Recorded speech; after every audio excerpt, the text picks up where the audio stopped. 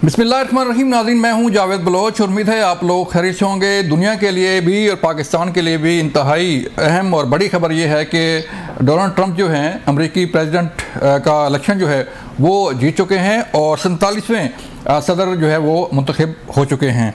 इसका पाकिस्तान पर क्या असर पड़ेगा और इस पर दुनिया पे इसका खित्ते पे जो है वो क्या असर पड़ेगा, इस पर हम बात करने जा रहे हैं। डोनाल्ड ट्रंप और कैमला हैरिस के जो इलेक्शन था उसमें काफ़ी जो है वो चीज़ें डिस्कस हो रही थी कि बड़ा टफ मुकाबला जा रहा है, बड़ा नक टू नक जा रहा है और कुछ भी हो सकता है, लेकिन कुछ हो गया कि डोनाल्ड ट्रंप जो है वो इलेक्शन जीत के इस पर सोशल मीडिया भरा पड़ा है और पाकिस्तान में भी इस पर बहस हो रही है। खित्ते की सूरत हाल पर बहस हो रही है कि अब खित्ते की सूरत हाल क्या होगी। क्या जो सोशल मीडिया पर बातचीत हो रही है, शोर मच रहा है, पोस्टें आ रही हैं कि ट्रंप के आने के बाद जो है वो शायद तहरीक इंसाफ के बानी चेयरमैन की मुश्किलात कम हो जाएं और कोई अदालत से कोई अच्छी खबर आ जाए कि कोई अमेरिकी प्रेसिडेंट का फ़ोन आ जाए, कोई अमेरिका से कोई ऑर्डर आ जाए कि जी फौरी तौर पे इस कैदी को रिहा कर दिया जाए। क्या ये मुमकिन है कि किसी मुल्क का जो की अदालतों से सज़ा याफ्ता शख्स ऐसे रिहा हो सकता है? इस पे बात करेंगे और फिर हम बात करने जा रहे हैं अपने दूसरी सेगमेंट में तहरीक इंसाफ की जो सियासत है उस पर कि 9 नवंबर को सवाबी में जलसा होने जा रहा है और इसमें क्या कोई बड़ा ऐलान होने जा रहा है कि गंडापुर साहब फरमाते हैं कि हम कफन बांध के आएंगे और अपने घर वालों को बता के आएंगे कि हम वापस नहीं आएंगे, हमारे लिए जो है वो फिक्रमंद ना होना। इससे पहले कि हम दूसरे पर बात करें अपना सियासत पर, हम पहले बात करते हैं अमेरिकी प्रेसिडेंट का जो इलेक्शन है उस पर। और हमारे साथ मौजूद हैं वाशिंगटन DC से असदुल्ला खालिद साहब, सीनियर सहाफ़ी हैं। इन्होंने पूरा इलेक्शन कवर किया, इन्होंने जो पूरी सियासी बसात थी अमेरिका में जो बिछाई गई उसको भी कवर किया और बड़ी गहरी निगाह रखते हैं इस तमाम तर मामलात पर।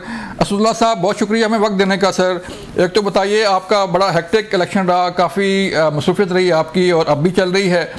क्या सर हुआ अचानक हो गया सब कुछ या कोई जो वोटर थे उनका फैसला है कि ट्रंप साहब दोबारा आ गए? जैसा बहुत शुक्रिया। दो चीजें जो हम अभी डिस्कस कर रहे थे आज सुबह, मैं अपने प्रोग्राम में भी यही बात कर रहा था कि एक तो जो तज्जिया आ रहा है कि जो शुरू में जितने जायजे हो रहे थे उसमें कौन सी चीज इनकॉर्पोरेट नहीं हो सकी, कौन सी चीज ऐसी थी जिसको शामिल नहीं किया गया, जिसकी वजह से हमें जो एक नेक टू नेक कंपटीशन या रेजर थिन मार्जिन वाले कंपटीशन की जो बात की जा रही थी वो हमें नजर क्यों नहीं आया। तो उसकी एक वजह तो सबसे बड़ी ये थी कि इमिग्रेंट वोटर जो है यहाँ पे, उसके हवाले से ये बात की गई कि इमिग्रेंट वोटर जो है वो नॉर्मली डेमोक्रेट्स को वोट करता रहा है हिस्टोरिकली, और अगर हम देखें तो 60, 70, 80% तक डिफरेंट कम्युनिटीज डेमोक्रेट्स को तारीखी तौर पे वोट करती रही हैं। इस दफा उस वोट में डिवाइड आई क्योंकि जो यहाँ पे जितने भी तज्जिए हुए उसमें सबसे बढ़ के ये रहा कि एक तो क्योंकि महंगाई की वजह से पिछले 2 से 3 साल में जो हुआ उसकी एक इम्पैक्ट आम आदमी की जिंदगी पे जो आया उसने किरदार अदा किया, एक वो बहुत बड़ा फैक्टर रहा।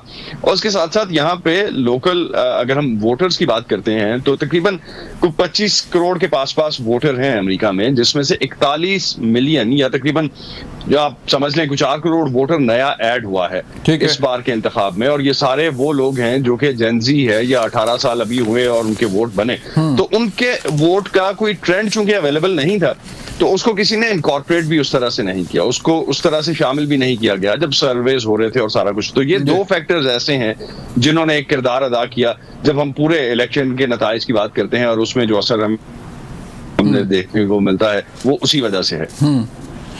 तो असद साहब, अभी खैर चलें, इलेक्शन हो गया, जो गलतियां थी चाहे जो भी है, पहले लोग कह रहे थे कि जो बाइडेन पहले जो है वो प्रेसिडेंट का इलेक्शन लड़ रहे थे, फिर फैसला चेंज हुआ, फिर कैमला हैरिस आ गई और उसके भी बड़ी एक वजह बताई जा रही है कि पहले जो ट्रंप जीते थे वो भी हिलेरी क्लिंटन थी, खातून थी, उनसे जीत गए थे, अब भी खातून है उनसे जीत गए।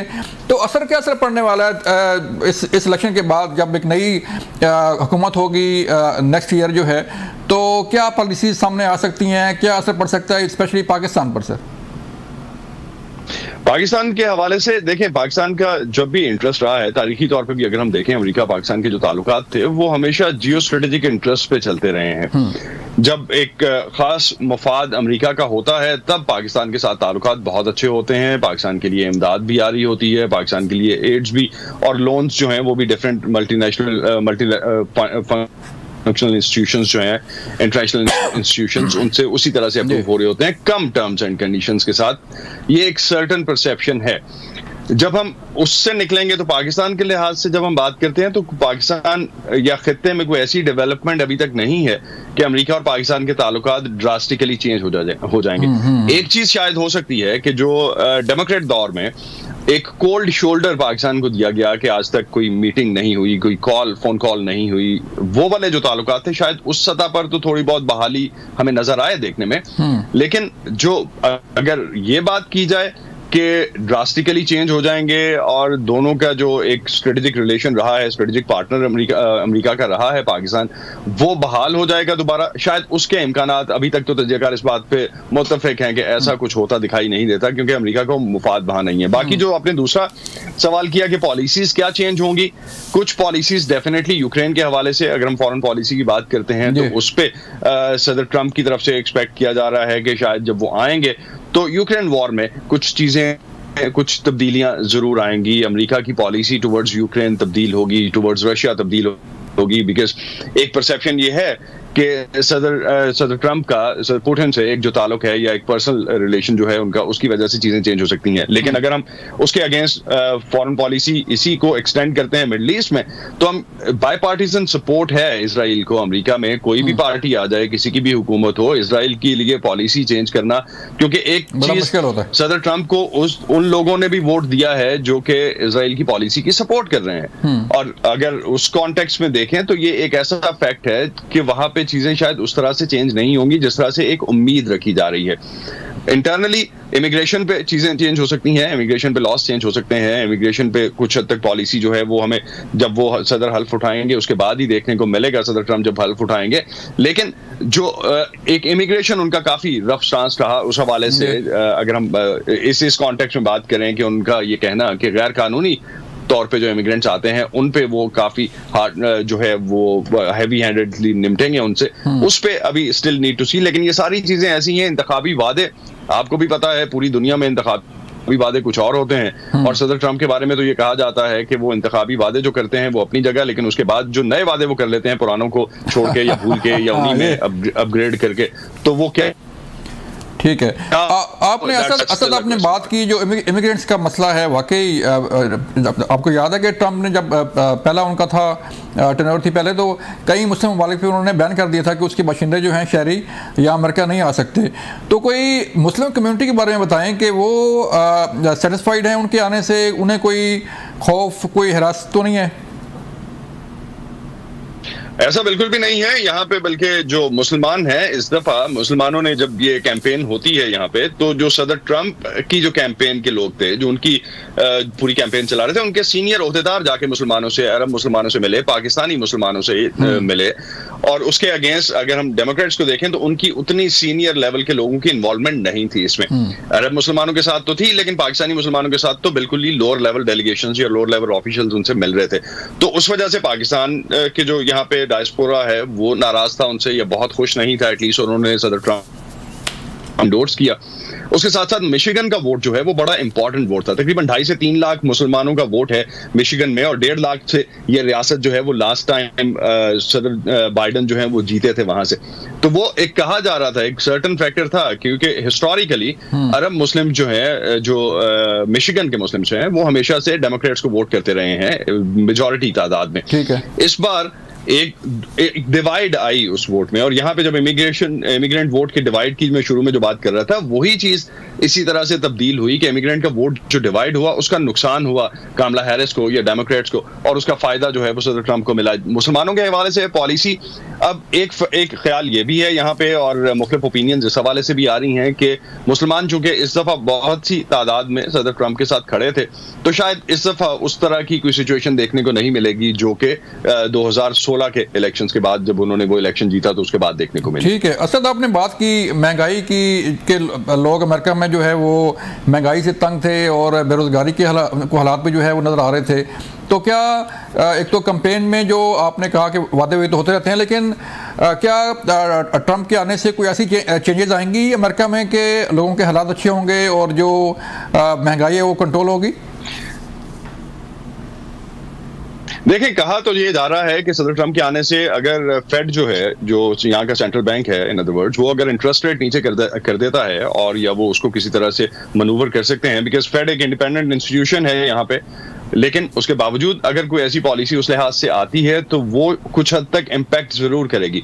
लेकिन ब्रॉडर पॉलिसीज की बात करें तो सदर ट्रंप की मुआशी पॉलिसीज जो हैं वो यहाँ जॉब्स ज्यादा लाने में इंटरेस्टेड हैं। जब वो चाइना पे बात करते हैं कि वो टैरिफ लगा देंगे चाइनीज ट्रेड पे, या जो भी बाहर से ट्रेड हो रहा है उस पर टैरिफ लगा देंगे, वो ममालिक खासतौर पर जो दुश्मन मुल्क कंसिडर किए जाते हैं अमेरिका के लिए, वहां से जो चीजें यहाँ आ रही होंगी उन पर टैरिफ लगाएंगे, तो फिर तो अल्टीमेटली एक एनालिसिस ये भी बनता है कि उस पर शायद महंगाई होगी। लेकिन चूंकि वो यहाँ पे जॉब क्रिएशन की बात कर रहे हैं, एम्प्लॉयमेंट जनरेशन की बात कर रहे हैं कि यहाँ पे ज्यादा रोजगार जनरेट करेंगे, तो शायद वो उसको सेट असाइड कर सके। लेकिन महंगाई ने डेफिनेटली यहाँ पे एक रोल प्ले किया, इकोनॉमी ने रोल प्ले किया, और कमला हैरिस पे ट्रस्ट लोगों का यहाँ पे जितने भी जायजे हुए से पहले जो रायामा के जायजे थे उसमें इकोनॉमी में हमेशा ही इकोनॉमी पे किसकी ज्यादा कंफर्टेबल पॉलिसीज थी या किसके लिए ज्यादा एतमाद था, वो हमेशा ही सदर ट्रंप लीड कर रहे थे उस तरह की जायजे, और कमला हैरिस उसमें पीछे थी।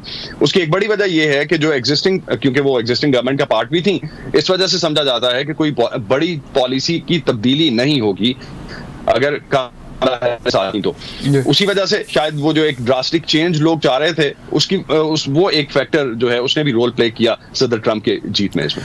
ठीक है, इलेक्शन के दौरान हमने देखा कि वाशिंगटन डीसी में जो है वो फेंस लगाई जा रही थी, सिक्योरिटी बड़ी सख्त थी, गलियों में सड़कों पे जो है वो सिक्योरिटी एहलकार जो है वो गश्त कर रहे थे। तो क्या कुछ हालात ख़राब होने की इतलात थी, क्या क्या वजह थी, या ये था कि कमला हैरिस जीत जाए तो ट्रंप जो है वही पहले वाला जो है वो अपना बयानिया दोहराएं और फिर कोई दंगा फसाद हो? ये जो सबसे बड़ा तो ये प्रिकॉशनरी मेजर से नेशनल गार्ड जो कि यहाँ पे रिजर्व फोर्स होती है उसको स्टैंड बाय रखा गया था। सिक्योरिटी इंतजामात में डेफिनेटली वॉशिंगटन डीसी को काफी हद तक कंट्रोल और यहाँ पे ज्यादा लोग जो थे वो तैनात किए गए थे, और इसके साथ साथ जहां जहां पोलिंग स्टेशंस थे, जहां जहां काउंटिंग हो रही थी, वहां पे 24/7 लाइव फीड के कैमरे भी लगाए गए थे पोलिंग से लेके गिनने तक। तो उस साइड से एतमाद लेने की कोशिश की गई, और दूसरी साइड से जो सिक्योरिटी के कंसर्न्स थे, आपने बिल्कुल सही कहा कि कमला हैरिस की जीत की सूरत में खतरा यहाँ पे ऐसा मौजूद था, ऐसी इतलात भी थी कि ऐसा कुछ हो सकता है, लेकिन ऐसा चूंकि रिजल्ट्स उसके ऑपोजिट रहे हैं तो इस वक्त तो सब कुछ पीसफुल है। तो सर ये जो हमारे आप खुद पाकिस्तान का जो सोशल मीडिया स्पेशली वो मॉनिटर कर रहे होंगे, यहाँ बड़ी खबरें चल रही हैं असद के ट्रंप के आने के बाद जो है वो पुराना दोस्त तहरीक इंसाफ के बानी चेयरमैन का प्रेसिडेंट ऑफ अमेरिका बन गया, तो उनके आते ही जो है हालात चेंज हो जाएंगे और वो कहेंगे जनाब के यहाँ से निकालें इनको। Is it possible? देखिए, मैं इसमें डायरेक्टली इसका जवाब देने से पहले मैं एक और एग्जांपल आपको दे देता हूं कि 2000 उसामा बिन लादेन का जब ऑपरेशन हुआ और शकील आफरीदी का उसमें नाम आया कि उन्होंने इंफॉर्मेशन दी थी, तो शकील आफरीदी से ज्यादा तो अमेरिका शायद किसी को नहीं चाहेगा कि निकाल सके, तो आज तक शकील आफरीदी तो निकले नहीं वहां से। बाकी जब तक हम ये बात कर रहे हैं कि इमरान खान के निकलने की या अडियाला के कैदी की, जिस तरह से आपने कहा कि कुछ मुश्किल आसान हो सकती है, तो एक ख्याल जरूर है, बात तो जरूर हो रही है उस पे, और डिस्कस सोशल मीडिया पे बहुत ज्यादा हो रहा है, लेकिन टेंजिबल अगर हम बात करें तो तजज़ियाकार इस बात पे जरूर मुत्तफिक हैं कि ऐसा कुछ होने वाला नहीं है कि कोई वहां पे रिलीफ मिलता हुआ नजर आए। ठीक है, बहुत शुक्रिया असदुल्लाह साहब हमें वक्त देने का। नाज़रीन, ये थे असद साहब जो बता रहे थे कि कुछ बड़ी तब्दीली जो है वो नहीं होने वाली। यहाँ लेनी मुझे एक ब्रेक, मिलते हैं ब्रेक के बाद। वेलकम बैक नाज़रीन, हम बात कर रहे थे अमेरिका में सदारती इंतखाबात मुकम्मल हो चुके हैं और डोनाल्ड ट्रंप साहब जो है ये इंतखाबात जीत चुके हैं। अब डोनाल्ड ट्रंप की क्या पॉलिसी होगी और पाकिस्तान का इस पे क्या असर पड़ेगा? ख़बरें ये आ रही हैं कि तहरीक इंसाफ के बानी चेयरमैन साहब जो है और तहरीक इंसाफ के जो सोशल मीडिया विंग है वो बड़ा खुश है। सोशल मीडिया पे जो है वो काफ़ी खबरें फैलाई जा रही हैं कि डोनाल्ड ट्रंप के आने के बाद जो है वो शायद तहरीक इंसाफ के बानी चेयरमैन की मुश्किलात कम हो जाएँ और वो रिहा हो जाएँ। तो ये बात करेंगे, हमारे साथ मौजूद हैं शुएब शाहीन साहब, तहरीक इंसाफ के रहनुमा, माहिर कानूनदान भी हैं, और कौसर कादमी साहब जो है मुस्लिम लीग नून से तल्लुक़ है उनका। कौसर भाई शुक्रिया आपका, शुएब साहब शुक्रिया आपका। शुएब शाहीन साहब, मैं आपकी तरफ पहले आता हूँ सर कि मुझे सर बताइएगा कि एक तो 190 मिलियन पाउंड केस जो है वो आखिरी मरले में दाखिल हो चुका है और तोशाखाना 2 केस में भी जो है वो आपकी बेलेबल एप्लीकेशन जो है वो चल रही है। तो क्या तवक्कुआत हैं? एक तो 342 का बयान जो है वो 8 नवंबर को जो है उसकी डेट रखी हुई है, तो मामलात किस तरफ जा रहे हैं सर? कुछ तवक्को है कोई रिलीफ मिलने की कोई? देखिए, इस वक्त तो मैं एक बात कह सकता हूँ कि हमारे जस्टिस सिस्टम के ऊपर तो ये हमलावर हो चुके हैं। अच्छा। जिस तरह कंप्रोमाइज जजेस के हवाले से ये इंसाफ का निज़ाम कायम हुआ है और जैसे काजी फ़ाइसा की ज़ेरे सरपरस्ती इस करप्ट सिस्टम को बचाने के लिए जिस तरह की मैनेजमेंट की गई थी उस तरह की कोशिशें जारी हैं। लेकिन इंशाअल्लाह हमें ये तवक्को है कि जब भी ये इंसाफ का निज़ाम दुरुस्त सिमत में चलेगा, जिस वक्त भी कोई नीचे से आने वाला कोई भी आर्डर है जुडिशल रिव्यू में आएगा तो वो ठहर नहीं पाएगा। तो आपने देख लिया कि इलेक्शन से पहले इमरान खान साहब को 35 साल की करीब तकरीबन सजाएं हुई जी जी। और वो जब जुडिशल रिव्यू में आया तो इनके अपने प्रोसिक्यूटर्स ने आके एडमिट किया, हाँ जी इंसाफ का मौका नहीं दिया गया, हाँ जी इनको हक के दिफा नहीं दिया गया, हाँ जी हम इसको तस्लीम करते हैं कि रात के 12 बजे इनको जो सजा हुई उस वक्त उनका जो प्रोसिक्यूटर था उसको डिफेंस काउंसिल बना करके इमरान खान का वकील बनाकर जज ने सजा गलत थी। तो इसी तरह की हरकतें जारी हो सारी हैं। लेकिन एक बात तय है कि अगर 218 या 220 मुकदमात बना के भी कोई मुकदमा आज ठहर नहीं पाया, लेकिन आगे भी इनके पास कोई ऑप्शंस बाकी नहीं बचे कि इमरान खान को सजा दिलाने में कामयाब हों या उनके खिलाफ मजीद मुकदमात जितने भी चाहें ये बना लें। लेकिन शुएब साहब अभी तो जिरा का पूरा हक दिया गया आपके वकला को, उन्होंने जो है वो जिरा मुकम्मल की, उसके बाद डेट दी गई है ना। देखिए, पहली बात तो ये है कि ये 6 महीने में आपने सजा मुकम्मल करनी है, केस के ट्रायल को चलाना है, और जबकि नवाज शरीफ के खिलाफ और बाकी लीडरान के खिलाफ जो मुकदमात ट्रायल के पेंडिंग हैं, जो कि आप गाड़ी के तोशाखाना वाला उठाएं, बाकी केसेस को आप उठाएं, उस सारे के सारे मुकदमात इमरान खान ने खुद जज को कहा कि जी आप खुद उसमें जज हैं। एक केस बना है आज से 10 साल पहले और उसके रेफरेंस को आप चला नहीं रहे और यहाँ सारा दिन आप जेल में बैठते हैं, डे टू डे हियरिंग चला रहे हैं, तो उसकी कोई वजह बता दें। जब आप करप्ट जजेस के जरिए सजाएं दिलाएंगे जैसे माजी करीब में हुआ और जिसके बारे में हाई कोर्ट ने ऑब्जर्वेशन दी और फिर उन्हीं को ला करके इस्लामाबाद में डेपुटेशन के जरिए वापस ATC के जजेस बना दिए गए, तो इस तरीके से निजाम इंसाफ दुरुस्त नहीं चलता। एक दफा तो आपने सजा दे देनी और जब आगे हाई कोर्ट में मैटर आएगा, जब जुडिशियल रिव्यू में आएगा, तो तब जाकर के उस सजा की मुअत्तली होगी या वो सजा खत्म होगी। लेकिन बहरहाल ये सारी चीज ये अपने हरबे आजमा चुके हैं जो कि नाकाम रहे हैं और इंशाअल्लाह ताला अब भी ये नाकाम मुनामुराद करेंगे। और जहां तक आपने ट्रंप की बात की, ट्रंप के हवाले से हम सिर्फ एक बात कहते हैं, इंटरनेशनल एस्टेब्लिशमेंट भी यही चाहती थी वहां की कि ट्रंप को किसी सूरत इलेक्शन नहीं जीतना चाहिए, लेकिन चूंकि वहां जमहूरियत मजबूत है, ठीक है, और इसलिए वो जो रिजीम चेंज ऑपरेशंस के मास्टरमाइंड्स थे उन लोगों को शिकस्त हुई। हमें इस बात की खुशी है, ठीक है, और यहाँ की एस्टेब्लिशमेंट भी इंशाल्लाह नाकाम ठहरे। ठीक है। कौसर कादमी साहब, मुझे शुएब शाहीन साहब की बात से एक बात याद आ गई कि उन्होंने कहा जी कि वो 6 माह से पेंडिंग है नवाज शरीफ साहब के केसेस, वो क्यों नहीं सुन रहे, डे टू डे हियरिंग हो रही है। तो मुझे याद आ गया कि इजाज़ुल हसन साहब जो है वो निगरान जज मुकर्रर हुए थे और साकिब निसार साहब का ये ऑर्डर था सुप्रीम कोर्ट का कि विदिन 6 मंथ जो है ये सारा ट्रायल मुकम्मल करना है और सारा कुछ सजा जो है वो देनी है, और निगरान जज मुकर्रर किया गया था। एक तो इस पर तो मुझे थोड़ा सा वो ना याद ध्यान कराइएगा कि अब तो डोनाल्ड ट्रंप भी आ गए और वो जीत भी गए, तो कुछ ये जो खबरें आ रही हैं सोशल मीडिया पर, कुछ हो सकता है, कुछ मामला हो सकते हैं कि ट्रंप साहब कहेंगे कि फौरी तौर पर रिहा कर दें तहरीक इंसाफ के बानी चेयरमैन को? देखें जी, पाकिस्तान एक खुद मुख्तार मुल्क है और बायद इस्लामी जो एटमी ताकत है उसके होने के साथ साथ हमारा जो जुडिशल सिस्टम, उसमें तो चले बोतान तराजियां आपने देखी, आपने खुद ही एजाज एहसन साहब का नाम ले लिया और एजाज अफजल जो अभी उन्होंने एतराफ जुर्म कर लिया कि बिल्कुल व्हाट्सएप पे हमें हिदायत भी मिलती थी और वो एक प्लांटेड किस्म का मामला था। इस पूरी दुनिया शायद है।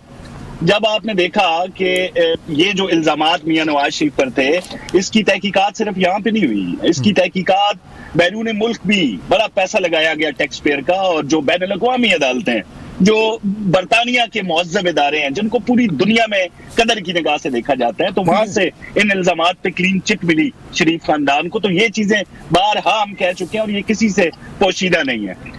अब जब ये कह रहे हैं ना जी, मुझे बड़ी हैरत हो रही है इनका सोशल मीडिया देख के, खासकर अमेरिकन इलेक्शन के बाद ये भूल गए थे बाइडेन पर इल्जामात, और जो अमेरिकन जो उसको कह रहे थे जी कि ये मुदाखलत थी और रजीम चेंज में उनका किरदार था, ये भूल के बैठे हुए थे ये बातें। इन्होंने सिर्फ जो है पाकिस्तान आर्मी और हमारे जो इदारे हैं उन पर इल्जाम तराशी शुरू की हुई थी। अब जैसे ही वहां के नताइज आए हैं, इन्होंने पलटा खा के एक दफा फिर अमेरिकन को ललकारना शुरू कर दिया है कि रजीम आपकी वजह से चेंज हुई है। ये तो एक बड़ी जबरदस्त किस्म की तब्दीली थी जी।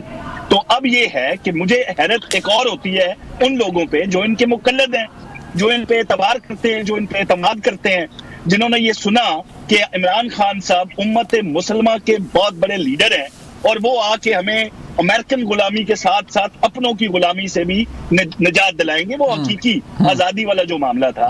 तो अब इनकी निगाहें उसी अमेरिका की तरफ फिर उठना शुरू हो गई हैं, फिर उसी ट्रंप की तरफ। मसला बताए क्या है, दोस्ती की जो वजह क्या है ट्रंप के साथ, वो वजह ये थी कि उसने कहा जी खामोशी से कश्मीर का सौदा करो, और ये करके आए थे अमेरिका के अंदर। हम तो बार बार कहते थे, अब हमारे वो जो इनको जिनको ये सिर्फ इल्जाम कहते थे, उनकी सच्चाई इस सूरत में सामने आएगी। भाई जहां पे कश्मीर का सौदा जिस शख्स के साथ हुआ और आपने वो भारत के हवाले किया, अब वही बरसर इक़्तिदार है वहां पे, यकीनी तौर पर इनकी उम्मीदें वहां पे वाबस्ता है। जब मैंने जैसे कि मैंने आगाज में आपको कहा कि सवाल ही पैदा नहीं होता, पाकिस्तान एक खुद मुख्तार मुल्क है और हम किसी को इजाजत नहीं देंगे कि हमारे अंदरूनी मामलात के अंदर किसी किस्म की कोई मुदाखलत करे। ये जो उम्मीदें थी, ये फैज साहब के साथ थी, साकिब साहब के साथ थी, खोसा के साथ थी, बारहा कई और अफराद के साथ थी, तो वहां से नामुरादी नाउमीदी हुई। ट्रंप वाला मामला भी कुछ ऐसा ही होने वाला। तो वो तो तहरीक इंसाफ कहती है कि जो फेयर ट्रायल है उसका हक नहीं दिया जा रहा तहरीक इंसाफ के बानी चेयरमैन को। आज भी 190 मिलियन पाउंड केस की समाअत थी, कौसर काज़मी साहब जिरा मुकम्मल हो गई है, लेकिन तहरीक इंसाफ अब भी कहती है कि ये बाद में जो भी सजा हो, सजा जजा हो, वो उड़ जाएगी। अब देखें जी, ताखीरी हरबे उसमें कौन इस्तेमाल करता रहा है। बड़ी अजीब बात है कि इनके वकला नैब ने तो अपनी जो कार्रवाई थी वो एक अरसे से मुकम्मल करके बैठे हुए थे, कभी पेश ना हो, कभी वहां पे जिरा ना करें।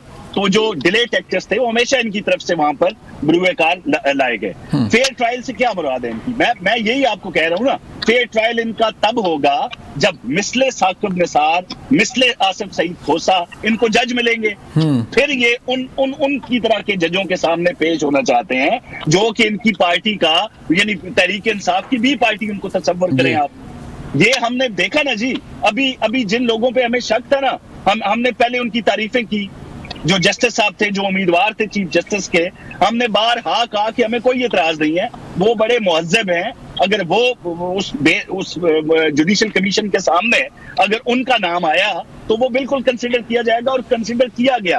लेकिन उसके बाद जो खतो किताबत शुरू हुई है ना भाई मेरे, जो खतो किताबत थी, जो लहजा इस्तेमाल किया गया, वही वो किचन वाला, बेगमात वाला, फिर उससे हमारी ये बात तो सच्ची साबित हो गई कि उनका झुकाव एक सियासी जमात की तरफ है, उनकी मोहब्बत, एक शख्सियत परस्ती वाला अंसर उनमें नजर आता है। तो हमारे तो जो इल्जाम थे वो तो सच साबित हो रहे हैं भाई, इसमें तो कोई शक व शुबा है नहीं है।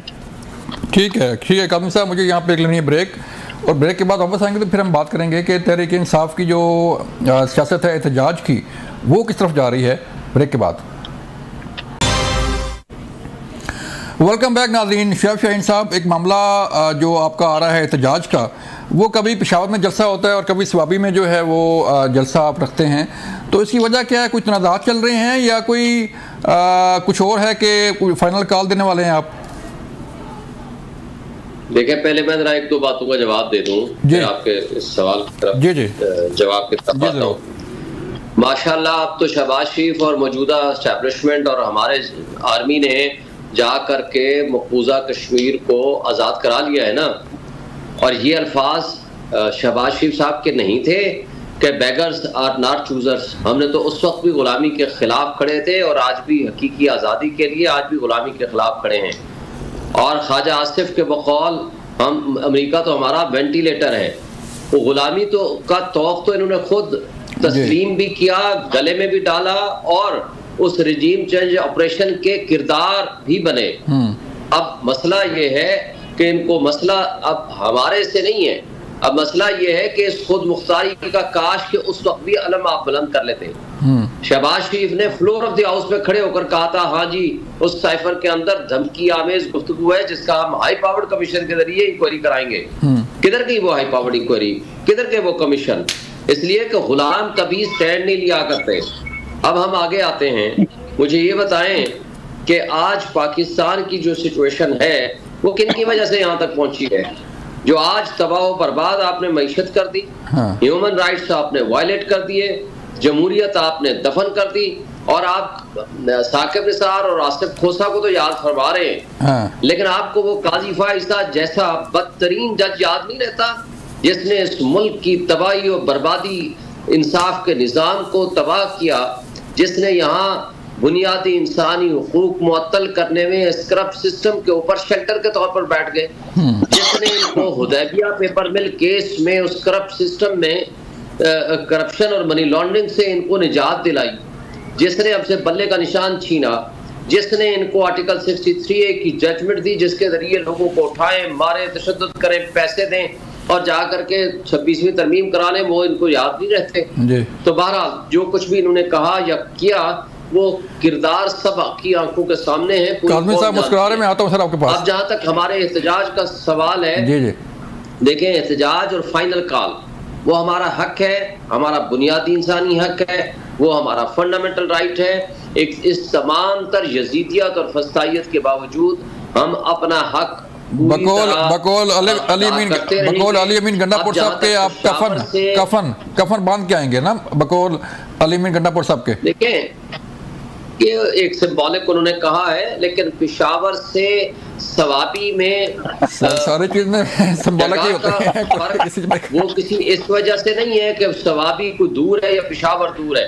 मसला सिर्फ ये है कि पूरे पाकिस्तान के लोगों ने आना है, तो एक फैसिलिटेशन के लिए सवाबी की जगह रखी गई है और इंशाअल्लाह ताला उस दिन हम फाइनल अपनी लाहेअमल देंगे और उसके जरिए आगे की जो पूरा लाहेअमल होगा उस दिन हम उसको पेश करेंगे अपने उस जलसे में और लोगों को एतमाद मिलेंगे और आगे हम इंशाल्लाह प्रोसीड सर करेंगे। क्या हो सकता है वैसे सर, जरा ब्रीफली बताइएगा क्या हो सकता है फाइनल कॉल? क्या कोई लॉन्ग मार्च, एहतजाज, धरना, डी चौक, क्या हो सकता है? सारे ऑप्शंस हमारे पास खुले हैं।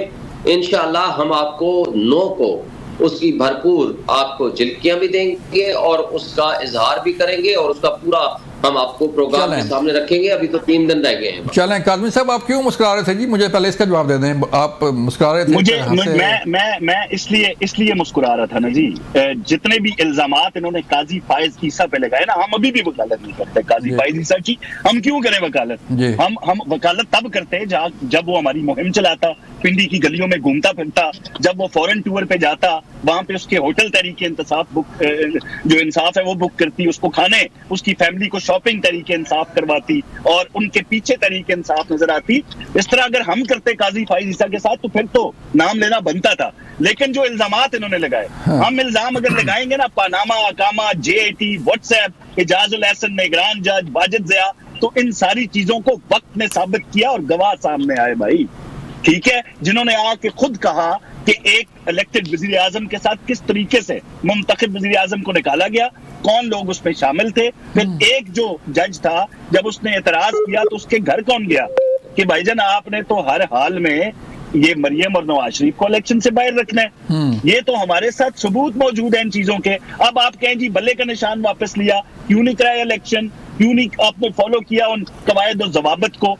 जब जो सजाएं आपको मिली वो कानून के मुताबिक हैं, उनको आपने चैलेंज किया, उनको बार हाउस पे बहसें हुई, उसमें कल्प्रिट कौन साबित हुआ? फिर अभी आप कह रहे हैं जी बंदों को उठाया गया, बंदों पे तशद्दुद हुआ, तो ये तो सरासर इल्जाम थे, कोई एक शख्स सामने आके बताता तो सही। फिर इन्होंने कहा जी लोगों को खरीदा गया। भाई जब आप 9 मई जैसी वारदातें करेंगे, सर जो हुआ सो हुआ, लेकिन अब जो है वो काज़मी साहब 9 तारीख को फाइनल कॉल होने जा रही है। इन्होंने भाईजान इन्होंने बड़ी लंबी बात की है, मुझे उसका जवाब देने देना। जब आप इस तरह की वारदातें करेंगे मुल्क के खिलाफ, इनका लबो लहजा सुने ना। हाँ। ये अब ये चाहते हैं कि पाकिस्तान के अंदर इन्वेस्टमेंट ना आए, यहाँ पे बुनियादी इंसानी हुकूक की खिलाफ वर्जी हो रही है, पाकिस्तान इस अनसेफ स्टेट है, और पाकिस्तान के अंदर कोई ये मुल्क के दोस्त हैं। मुल्क के हवाले से तो बात करो ना, कभी नहीं करेंगे। हाँ। इनकी रेड लाइन सिर्फ एक वो शख्स है जो 190 मिलियन पाउंड के चक्कर में अंदर है और करप्शन साबित शुदा, पिंकी गोगी, वो जो वहां पे एक पूरा गैंग था, उसकी सारी चीजें सामने हैं।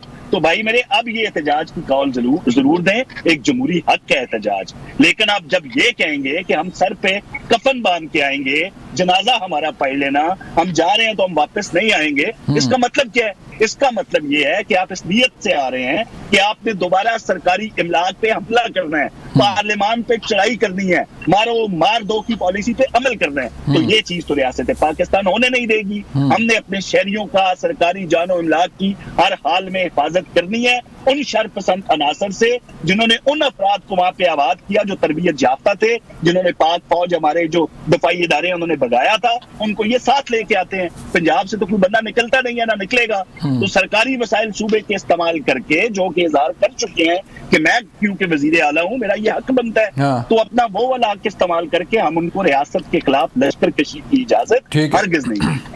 शेर शहीन साहब, तो ये एहतजाज सर पुरअमन जो है वो क्यों खौफजदा हुकूमत के आप जलाओ घराव करेंगे, बैठ जाएंगे, कोई धरना हो जाएगा, कोई इमलाक नुकसान पहुंचेगा, तो ये तासर क्यों जाहिर नहीं करती तहरीक इंसाफ? पहली बात तो ये है कि ये बताएं कि जब ये इनकी मरियम नवाज और बाकी PDM के लीडर आए थे, इन्होंने पूरा एहतजाज का हक हमने इनको दिया, कितने पर्चे हमने इनके खिलाफ किए थे, शाहबाद के रेड जोन तक आए थे। मुझे बताएं मौलाना फजल रहमान साहब ने 2 दफा धरना दिया था हमारे टिनोर में, कितने लोगों के खिलाफ पर्चे हुए थे? मुझे बताएं बिलावल साहब आए थे रेड जोन तक, वो अपना चले थे सिंध से, उस वक्त हमारे पंजाब में हमारी हुकूमत थी, वो पूरा पंजाब क्रॉस करते हुए आए थे, कितने पर्चे हुए थे? ये खौफ का शिकार है, ये डर और खौफ पैदा करके, चूंकि ये कठपुतली हैं, फॉर्म 47 की पैदावार हैं, हारे हुए लोग हैं, इनके पास कोई ना अखलाकी क्रेडिबिलिटी है, ना सियासी और आईनी तौर पर ये जीते हुए लोग हैं। इनको डर है कि लोग निकल आएंगे और लोग अपना एहतजाज का हक ले करके पब्लिक बाहर आ जाएगी, तो फिर इनके हुकूमत के आखिरी दिन आ जाएंगे। ये उस डर और खौफ से बचने के लिए आज हमारे 1 महीने बाद ख्वाजा शिराज अहमद ने तौसा में वहां पहुंचा अपने घर में, उसको डेराजी खान तौसा उसकी अब जिला बन गया है, बल्कि वहां से उसको उसके घर से अगवा कर लिया गया। अगर आपके MNAs महफूज नहीं है, अगर आपके पार्लियामेंटेरियंस पार्लियामेंट के अंदर मौजूद महफूज नहीं है, आपके वकील अपने चैम्बर्स में महफूज नहीं है, जिनको उठाया जाता है, तशद्दुद किया जाता है, और आज जो सूरत हाल है, मुझे ये बताएं, ये हम नहीं कह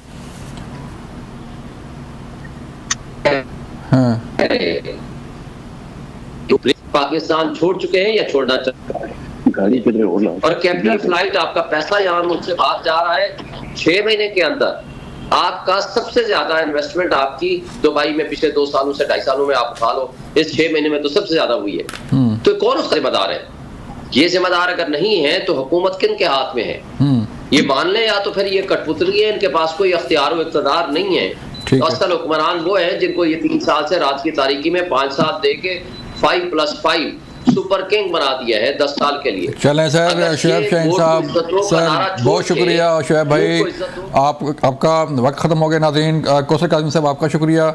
नाज़रीन, ये था आज का प्रोग्राम जिसमें हमने तहरीक इंसाफ की सियासत और जो मामला चल रहे हैं मुस्लिम लीग नून के और हुकूमत की, उस पर बात की, और फिर डोनाल्ड ट्रंप के आने से जो है वो पाकिस्तान पर क्या असर पड़ेगा, क्या वाकई जो है वो तहरीक इंसाफ के बानी चेयरमैन साहब को कोई रिलीफ मिलेगा, लेकिन इसका फैसला वक्त करेगा। अपना ख्याल रखिएगा। अल्लाह हाफिज़।